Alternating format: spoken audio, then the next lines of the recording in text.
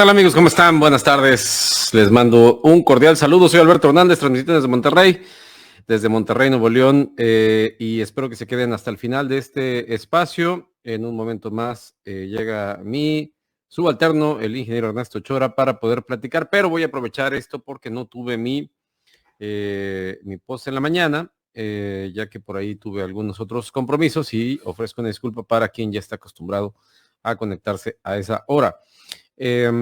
Hemos estado platicando desde algunos días ya al respecto de la importancia de la implementación de sistemas a nivel personal. Y ayer hablábamos de la aceptación. Antier les platicaba al respecto de cómo implementar y sobre todo por qué implementar un sistema. Y algunas personas me han preguntado, Alberto, oye, pero por ejemplo, hay una expresión que me llamó mucho la atención y se las quiero decir de manera textual. Dice, la necesidad de la gente solo ve su presente. Eso me llamó mucho la atención. La necesidad de la gente solo ve su presente. No razona el pasado y no le importa el futuro. ¿Qué opinas de eso? Me gustaría que me comentaras al respecto de ello. Pero yo quiero utilizarla porque en realidad también ha habido frases en las que me he topado en la cotidianidad cuando me he enfrentado a circunstancias en las cuales veo que sobre todo con los jóvenes, que es con los que más he estado involucrado en los últimos años, me he dado cuenta de que a los jóvenes no les importa el futuro, les importa el presente, no les importa cómo fueron formateados, no les importa estar conscientes, ¿sí? Y también alguien me decía, es que no es un tema exclusivo de los jóvenes. La gran mayoría de las personas están enfocadas específicamente en lo que hoy pueden tener. A la vez me puse a reflexionar, yo no veo tan mal eso, sin embargo, muchas veces no, ese estado presente se enfoca en lo que pueden y hacia eso va dirigido esta idea de que los jóvenes solamente ven el presente, en el sentido de que em, es a lo que hoy pueden capturar. O sea, viven el hoy y viven específicamente lo que pueden recibir del exterior. ¿Cuál es la diferencia con la gestión de un sistema personal? El convertir plenamente la conciencia con base en un marco de referencia que te permita establecer una serie de procedimientos basados en una ideología, una filosofía, una serie de políticas, una serie de reglas que van a conformar procedimientos, dando pautas a lo que va a entrar a tu sistema, se va a procesar, se va a interconectar con otras personas o con otros actores dentro de tu cotidianidad que te permitan estar plenamente definido en cuanto a cómo actuar. Obviamente tiene que haber salvavidas, obviamente tiene que haber métodos alternos, pero el trabajo está en convertir en eso en un esquema o en un sistema consciente de gestión personal. Muchas personas dicen, es que yo tengo metas, pero no tienen un proceso para poder llegar a la meta. Lo ponen en manos de Dios, lo ponen a la suerte, lo ponen apuestan al que algo maravilloso va a pasar, lo dejan para la ley de atracción, em, y no es solamente eso.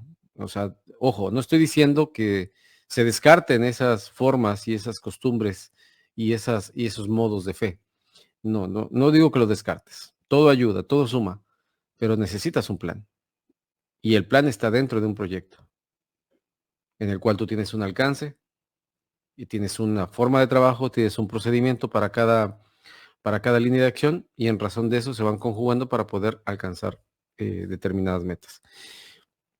Cuando las personas se sientan y nos podemos analizar este método, se desespera la gente un poco porque dices muchísimo trabajo, Alberto, y yo no tengo tiempo para eso. Sí, tienen razón, es muchísimo trabajo, pero quizás es mucho trabajo porque estás enfocándote en, en, en una labor o en una serie de actividades muy diversas y realmente es preferible ir creando etapas de tu alcance para ir logrando metas intermedias que facilitan el logro de una gran meta. Las personas quieren hacer muchas cosas al mismo tiempo. Quieren trabajar, pero también quieren divertirse, quieren entretenerse, quieren tener pareja, quieren tener hijos, quieren tener una casa. Es complejo. Y eso es lo que agobia a las personas, porque quieren tener todo y muchas veces no se puede tener todo y menos al mismo tiempo. Cuando se tiene una familia, esto lo complica todavía aún más.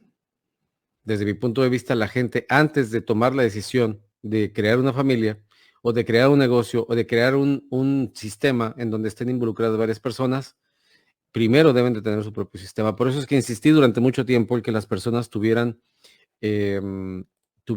una, bueno, mi insistencia estaba en que primero los jóvenes vayan desarrollando ese sistema, pero cuesta muchísimo trabajo que los jóvenes entiendan eso.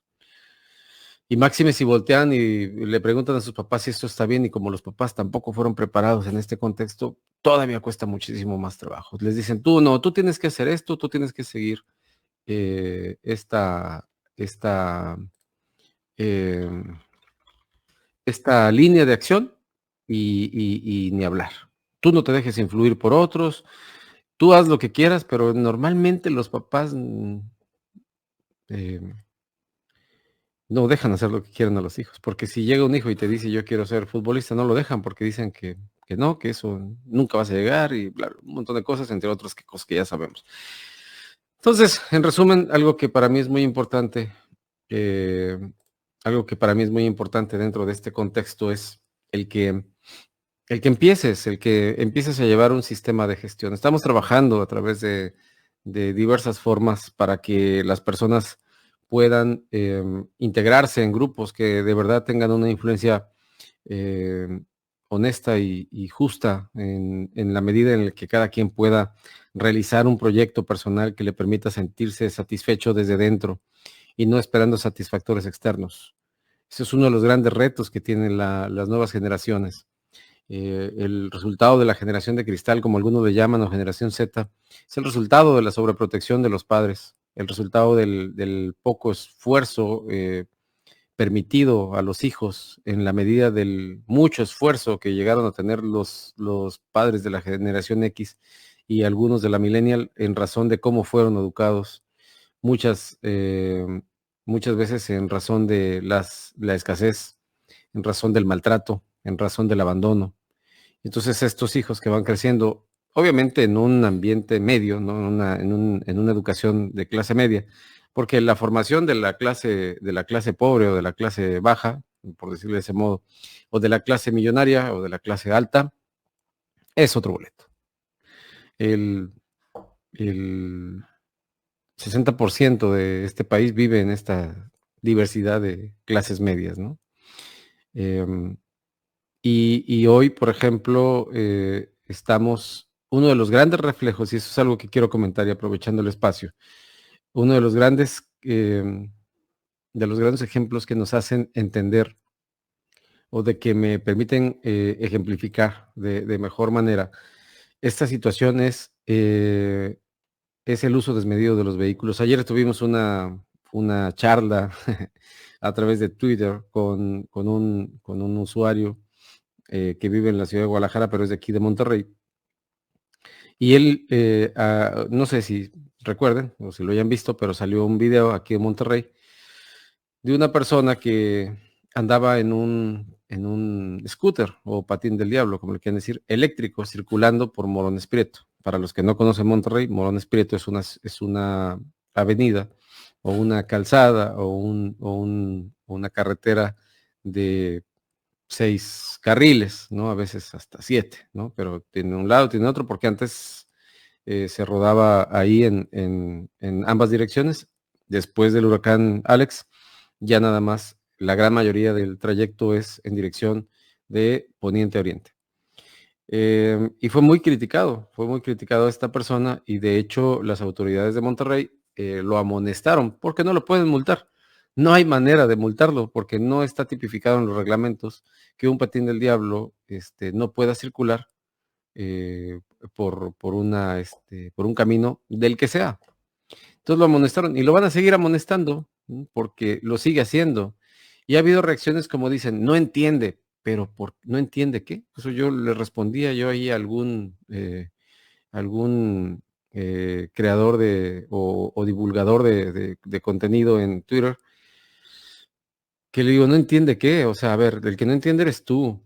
La gente tiene necesidades de transportarse.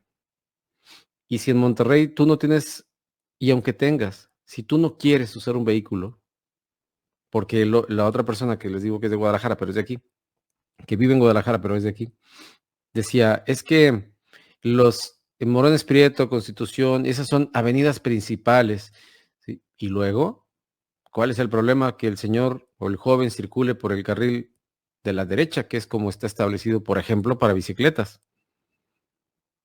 y que tienes que respetar que él, y cualquiera puede subirse a una bicicleta y circular por Morones Prieto y por Constitución, pero dicen, es que es peligrosísimo, es peligroso la gente los peligrosos son los que manejan coche. Los peligrosos son los que traen un vehículo automotor, llámese motocicleta o llámese camión, llámese automóvil. Ellos son los peligrosos, no el camino. Las personas que traen vehículos son los que hacen peligroso el camino. ¿Y qué tiene que ver esto con un sistema de gestión personal y todo lo que venía platicándoles anteriormente? ¿Cómo vamos a volver una ciudad funcional? ¿Cómo vamos a volver una ciudad segura si las personas no tienen definido un sistema y dicen, es que tienes que aceptar que yo tengo la razón? A ver, esto no es una guerra de ver quién tiene la razón. Hay leyes y las leyes fueron creadas para regular el comportamiento de los ciudadanos que están en ese ámbito. Y las leyes, es que las leyes son ambiguas. Que tú tengas un pensamiento ambiguo no quiere decir que las leyes sean ambiguas. Y este tipo de reglamentos no están sometidos a la interpretación, se cumplen eh, de manera clara y expedita, ¿no? Entonces, realmente sí es muy importante que haya una revolución en el pensamiento del ser humano para que este tipo de situaciones en verdad nos ayuden a entender y comprender que todos tenemos derechos y obligaciones y que todos podemos tener la mentalidad que sea, pero desde el momento en el que tú decidas, por ejemplo, alguien me dijo una vez, oye, si tú le hubieras dado tus servicios a Hitler, ¿qué hubieras hecho? O sea, si él llega y te dice, es que yo quiero deshacerme de todos los que no sean de la raza aria.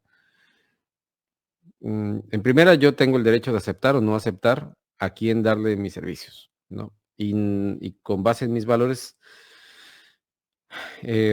obviamente, pues si me amenazan, pues ya sería complicado, ¿no? Pero yo creo que ese tipo de situaciones son muy extremas. No conozco a nadie que tenga, bueno, uno que otro, ¿no? De repente, pero que no tengo la fortuna de ser solicitado para que me den sus servicios. Em, pero a mí sí me gustaría, por ejemplo, darle mis servicios al gobernador, ¿no?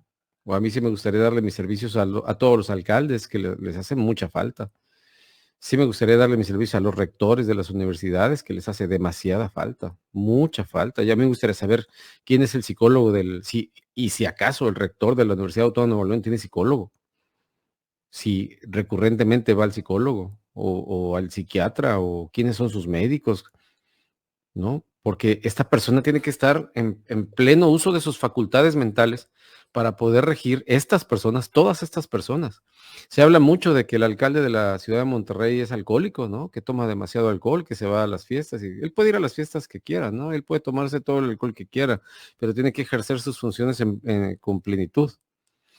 Y muchas veces, la verdad es que yo no sé, pero creo que no están concentrados mucho tiempo. Precisamente por eso es la importancia de tener un sistema. Pero no estés esperando que los gobernantes lo hagan, hazlo tú.